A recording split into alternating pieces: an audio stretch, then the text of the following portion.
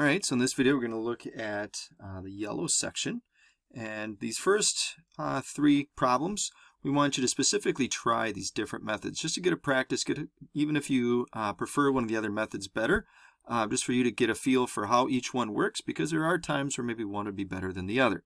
So let's start with the first one. So the first one we're going to do long division. So we're going to start out with x plus 3. And then we're going to see how many times that goes into x squared minus 13x minus 48. Now remember, no matter which format you're using, you always want to make sure that every value is represented. So what I like to do is I like to look at my exponents, make sure I start with the degree, so the largest exponent. So in this case it's 2, so I should have 2, 1, and then none. X to the 0 power, so there is none there. And that is the case for this one, so we don't have to worry about filling anything in with a 0x or anything like that. But that might happen to some of these, so you want to make sure you always look for those. All right, so we start by looking to see what would we multiply x by to get x squared. Well, x times x is x squared, so we're going to multiply by x. And so now we're going to multiply x times this entire piece. So x times the x is x squared, x times 3 is 3x. And then the next step is we're going to subtract. We want to make sure we subtract everything. So all of those become minuses, because now the x squared minus x squared would be 0. So that disappears. And negative 13x minus 3x would be negative 16x. Usually that's the step where people make the mistake. So you want to make sure you don't make a mistake there. All right, so now we're going to go down to the next one. So the next one is, so bring down the minus 48. And then the next one, now we want to figure out, well, what would we multiply x by to get negative 16x? Well, that would be a negative 16. So we put the negative 16 up here. So we multiply both the x and the 3 by negative 16. So we get negative 16x minus 48. And when we subtract these from each other, this will become minus, and this would be, both become plus, rather. So when you subtract both of those by a negative, the negative becomes a positive for both. So now negative 16x plus 16x is 0. Negative 48 plus 48 is 0. So this does not have a remainder. So your answer is just x minus 16. All right, so the next one, we're going to use synthetic division. So with synthetic division, what we do is we take the 0 of what we're dividing by. The 0 of that would be negative 2. So we're going to put that 0 out in front. Now I know there's different ways that you could set this up. It's all personal preference. This is the way I always like to do it. Some do this. It really doesn't matter. Okay, so whatever you prefer. So we're going to write down these terms. So again, I have 3x cubed, so I'm going to put the coefficients there. Now what I recognize is we have 3, but I'm missing the second. I'm missing x squared. But I have a 3, I'm missing an x squared, so I have to put a 0x squared in there. And then we'd have 1 and then none. So we would have 0, negative 7, and 6. Okay, so move this box over a little bit. So there we go. All right, so now we bring down the 3. And then we take and multiply the negative 2 times 3. It's negative 6. 0 plus negative 6 is negative 6. Then we take negative 2 times negative 6. That's a positive 12. Negative 7 plus 12 would be 5. And negative 2 times 5 would be negative 10. So when we take 6 plus negative 10, we get negative 4. So that's our remainder. And I'll show you how we write that in a second. So want to remember that what comes after that box, what comes to the left of that remainder, is going to stay a 5. But this would be an x, and this would be an x squared. So our answer for this would be 3x squared minus 6x plus 5. And then the way that we write the remainder is we can say we have a negative 4, and then we negative 4 over what we were dividing by originally, which was x plus 2. So that is how you get your answer for number 2. All right, let's use the box method in number 3. So in number 3, using the box method, it's similar to multiplying, where we have two terms, x minus 5. We want to figure out what terms we multiply x minus 5 by to get everything that we had, everything that we had originally, the x cubed, the original polynomial, x cubed minus 8x squared plus 17x minus 10. So we want to figure out what we would multiply by to get that answer. So if you want to, it's not necessary. I just like having this down here just to have a visual right where I'm working at. I just sometimes find that's a little bit easier rather than tracking with my eyes left and right all the time. All right, so your first step is what you're going to do is you're going to put whatever this first term is in that top left corner, x cubed. All right, now we're going to ask ourselves, all right, what would we have multiplied x by to get x cubed? Well, that would be x squared. X squared times x is x cubed. And now if I multiply that through, x squared times x is, like I said, is x cubed. Then we're going to have x squared times negative 5 is negative 5x squared. All right, so now we got to figure out how to get this term.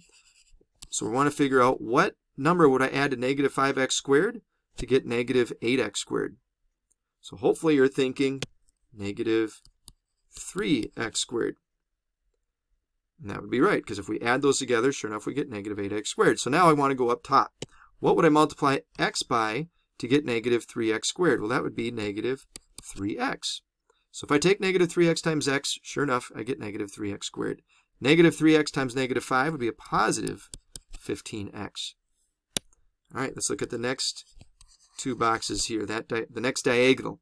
So the next diagonal, we have 15x. We want to figure out what would we add to 15x to get 17x. Well, hopefully you're recognizing that that would be a positive 2x, because 2x plus 15x, sure enough, is 17x.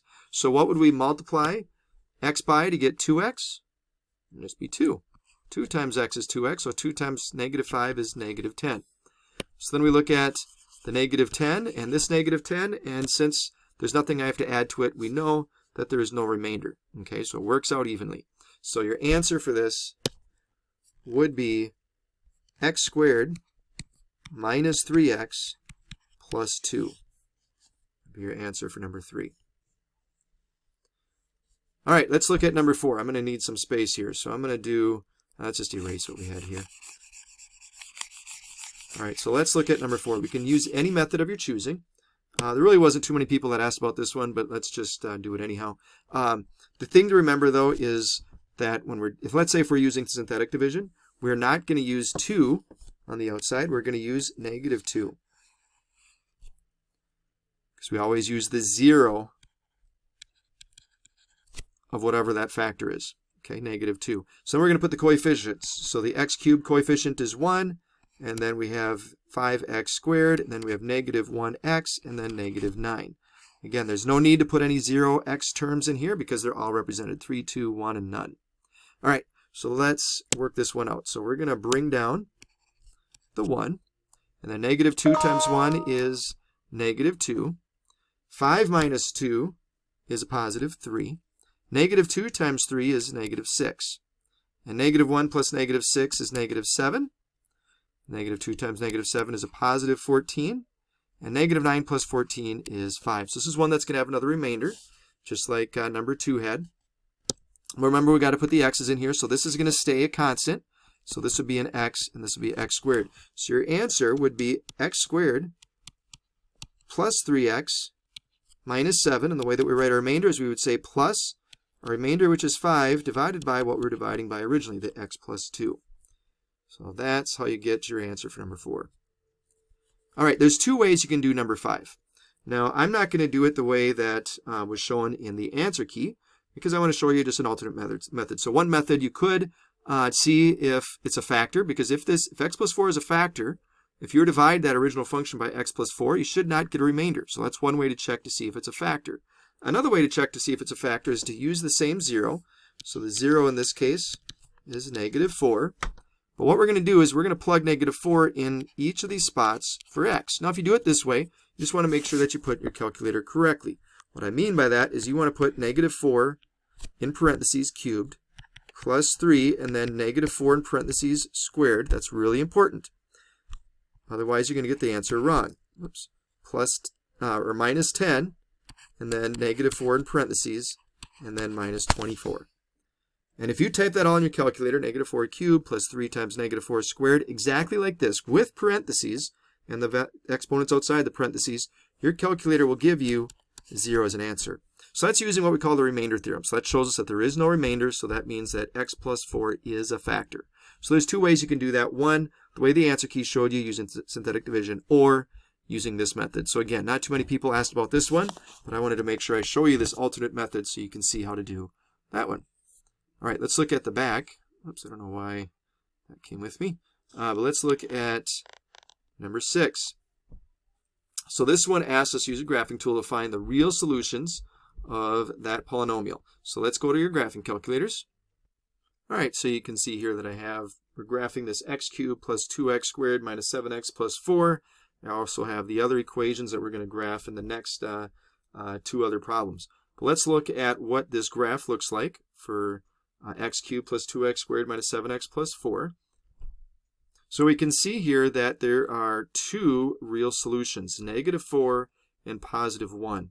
Now, the question for number 1, that's all they ask for, is find the real solutions. Now, in the next problem, they're going to ask us to describe the behavior at each of those zeros. So here's what we can see. We can see that at -4, it goes through that x-intercept. So that means whatever factor it is, it has an odd exponent.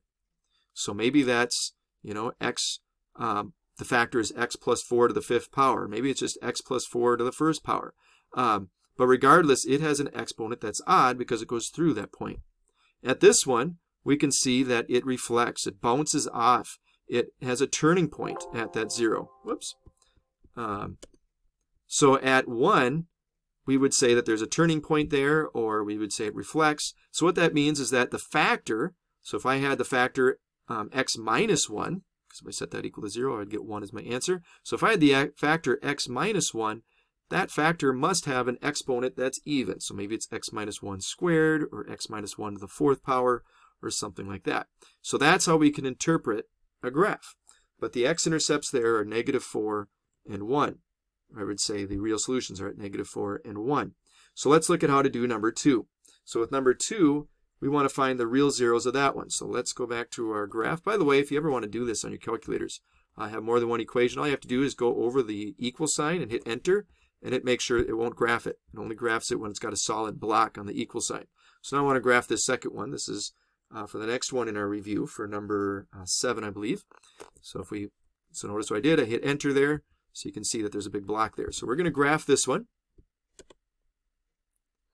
And this one, you can see that there's only one x-intercept, and it looks like it's at -2, and it crosses at -2. So we would say it crosses at -2, or you can say that it's got an factor has an odd exponent, however you wanted to refer to that. But it crosses through that solution at -2.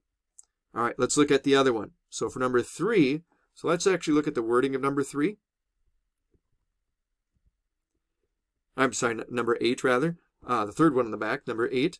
It says, find all the real and complex zeros. Okay, so we want to find not just the ones that we see on the x-axis, but the complex ones are the ones that we don't see on the x-axis. So I'll show you how to do that in just a second. So first step is to graph that. So let's go to our equations here. So again, I'm going to deselect this one, and then I'm going to select my 5th one there. So now I can go to the graph. All right, so it looks like if I were to zoom out, or if I were to move this around, I would see that we just have 1, 2, 3, 4, 5, 6, 7. Again, you could change the window settings and see that this is the only x-intercept. So 7, x equals 7 is the only real solution. So let's go back to our review here. So that means if 7 is a real solution, that means x minus 7 is a factor. Don't say it's x plus 7 is a factor. That would be wrong. Because if you think about it, if I set x plus 7 equal to 0, and I solved it, I would get -7 as my solution. And we want to have a +7 as my solution. Or if I set x minus 7 equal to 0 and solved it, I would get a +7 as my solution. So if 7 is a 0, a real 0, that means x minus 7 would be a factor of it. Well, now we want to figure out what would be the other factor. What would we multiply x minus 7 by to get the original equation? And this goes back, we've talked about this before, but I'm just going to put this in simple terms. Let's say if we had 35 and we divided that by 7, we know that we would get 5 as our answer. So if I wanted to represent that 35 as a product of two factors, we could say that it's the same as 7 times 5. So that's what we're going to do here. We're going to divide that original polynomial by x minus 7, because then by dividing by x minus 7, it'll tell us what the other factor would be that we'd multiply x minus 7 by to get the original polynomial. So let's use synthetic division again.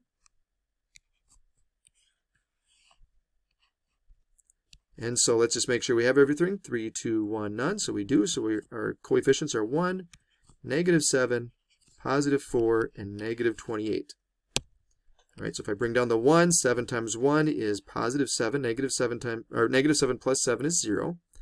7 times 0 is 0. 4 plus 0 is 4. And 7 times 4 is 28. And -28 plus 28 is 0. So the way we set this up, this stays a 4. This would be your x. This would be our x squared. So we would have x squared plus 4 would be our other factor. But that doesn't answer the question. The question asks us what other zeros, or what are the complex zeros of, in addition to the real zeros. So there's two ways we could do this. In your answer key, she showed how to do this using the quadratic formula. And if you use a quadratic formula, you'd have to remember that we would just have 0x here in the middle. So we'd have x squared plus 0x plus 4. Now we have a b value, so now you can use a quadratic formula. Personally, I like to look at this and say, well, we have x squared plus 4. I only have one variable. So I can just set this equal to 0 and solve it. Now the only thing you got to be careful here is when we subtract both sides, when we subtract 4 from both sides, we get -4. And when I take the square root of both sides, I'm going to have two solutions, a plus or negative square root of -4. And the square root of -4, remember, is not -2. Since it's a negative, we have to factor out an I to make that positive. And now the square root of 4 is 2. So we would say it's plus or minus 2i.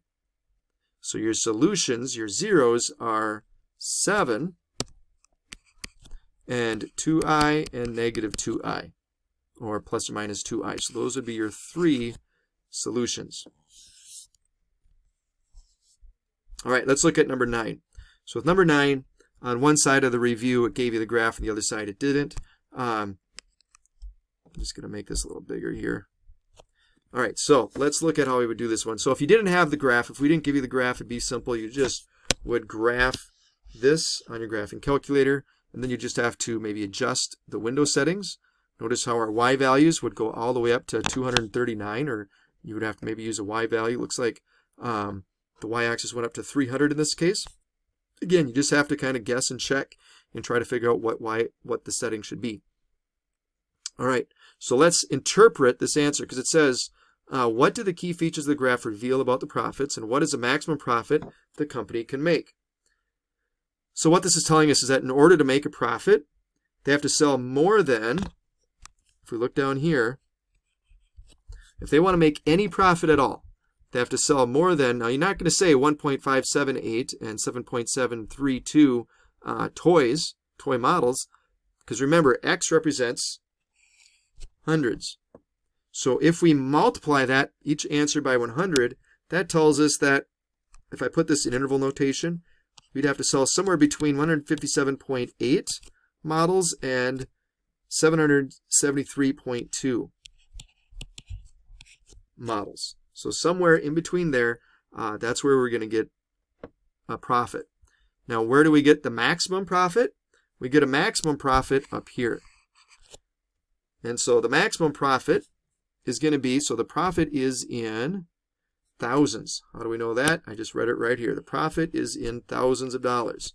So to find the profit, that's where we're going to use the y value.